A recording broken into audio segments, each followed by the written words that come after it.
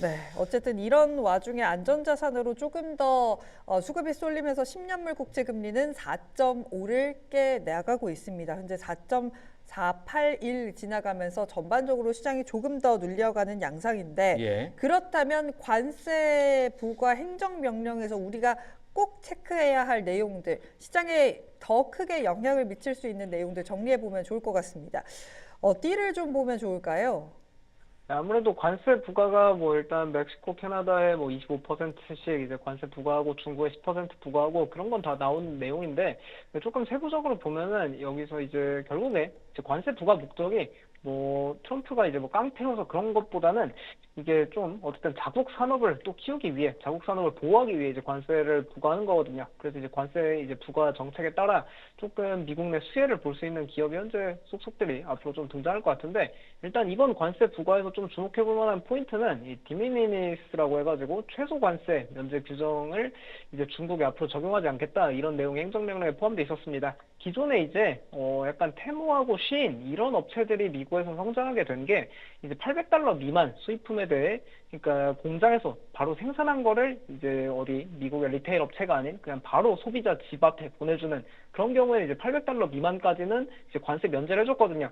이런 정책 때문에 이제 테무, 시인 같은 중국 업체들이 미국에서 고속 성장을 한 건데 이제 이 법을 악용해서 조금 이런 국제 우편을 통해 뭐 펜타닐을 만드는 물질들이 들어오고 있다 그런 식으로 트럼프는 일단 주장을 하고 있고요. 그러다 보니까 이제 이거에 대해 더 이상 이제 관세 면제를 안 해주겠다 앞으로 좀 더 깐깐하게 검수를 하겠다 이야기를 하니까 결국 이제 테무나 시인 같은 좀 저가 업체들이 영향을 받지 않을까 그렇게 시장을 해석하고 있습니다. 결국에 이제 이 테무하고 시인 같은 중국 저가 업체들이 관세 부담을 조금이라도 완화하고 싶으면은 이제 미국에다가 물류센터를 짓고 미국의 물류센터에 들어오면서 관세를 내고 그 다음에 뭔가 이제 이커머스 사업을 하면은 조금 이제 관세 부담을 완화할 수 있지만 이제 기존 비즈니스 모델대로 공장에서 생산해서 바로 이제 그 구매자한테 보내는 거는 조금은 이제 테무하고 시인이 어려워지지 않았나 그렇게 보면 좋을 것 같고요. 그러다 보니까 이제 결국에 미국에 와서 물류센터 지어라 그렇게도 해석할 수 있을 것 같고 또 중국 입장에서는 이 또 중국의 소액 수출품 그리고 테무하고 시인 판매하는 건데 이 소액 수출품이 대미 수출에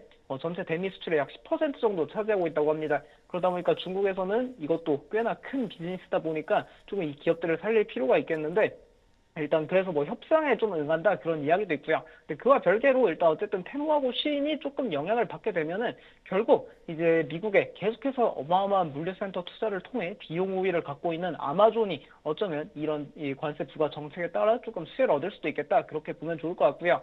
근데 이제 결국 뭐 중국도 일단 가만히 있지는 않습니다.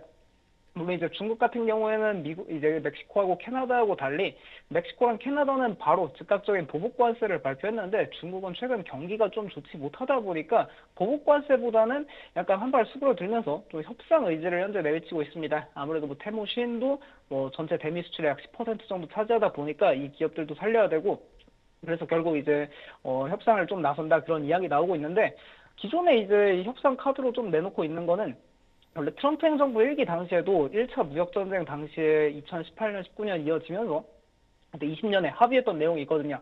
원래 이제 이 무역전쟁 당시에 그때 이제 미국산 대두를 더 많이 구매해주고 그런 게 이제 1차 무역 합의 안에 있었는데 근데 그 당시에 이 트럼프가 정권이 바뀌면서 중국에서 그 무역 합의를 지키지 않았습니다. 그러다 보니까 이거를 이제 다시 좀 지키겠다 그런 식으로 회유책을 내놓고 있고요. 뭐 그 외에도 뭐 위안화 평가 절하 자제나 미국에 이제 전기차용 배터리 더 많이 투자하겠다 뭐 그런 것들을 현재 협상 카드로 내놓으면서 조금 미국과 관계 화해를 좀 먼저 제시하고 있는 상황입니다.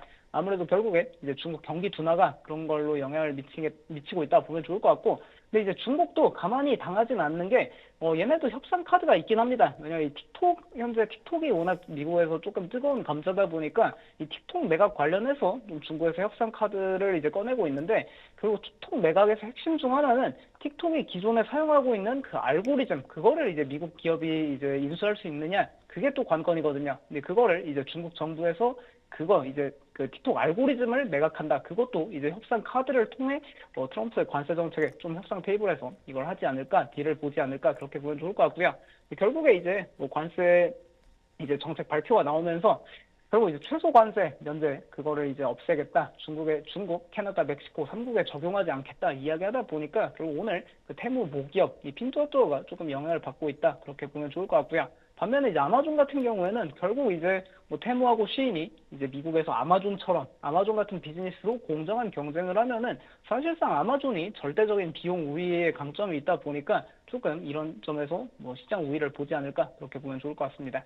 음, 아마존이 시장 우위를 본다라고 말씀해 주셨는데 한 가지만 여쭤보고 싶은 게 사실 중국의 쉬인이라든지 그런 저렴한 물건을 사는 것과 아마존에서 물건을 사는 건 약간 타겟팅이 다르지 않나라는 생각이 들거든요. 그럼에도 불구하고 중국 업체들이 타격을 받고 미국 업체들이 조금 더 수혜를 받을 거라고 분석을 하실까요? 맞습니다. 그게 아마존도 사실 원래 테무하고 시인이랑 직접적으로 경쟁하기 위해 작년에 아마존 하울이라는 그 초저가 이런 쇼핑 플랫폼을 출시를 했거든요. 그 아마존 하울 같은 경우에는 같이 이제 이 정책에 영향을 받을 수도 있는데 사실 이제 근데 뭐 이 최소 관세 면제 조항이 이제 그게 적용이 안 되게 되면은 결국 이제 그 테무하고 시인을 구매했던 사람들도 사실 그게 막 테무하고 시인을 막 못 산다고. 그러니까 사람이 좀 소득이 너무 낮다고 그걸 이용하는 것도 아닙니다. 그 실제로 이용군을 보면은 오히려 이제 50대, 60대 이상이 훨씬 많이 쓰고 아마존도 이용하는 사람이 많이 쓰고 있다. 그런 식으로 데이터가 나오고 있거든요. 그러다 보니까 결국 그들이 테무하고 시인에서 가격 메리트를 많이 못 느끼게 된다면은 이제 미국의 대다수가 아마존 프라임 원래 기존에 회원을 하고 있다 보니까 조금 아마존으로 그 수요가 좀 이동하지 않을까 그렇게 기대하면 좋을 것 같습니다.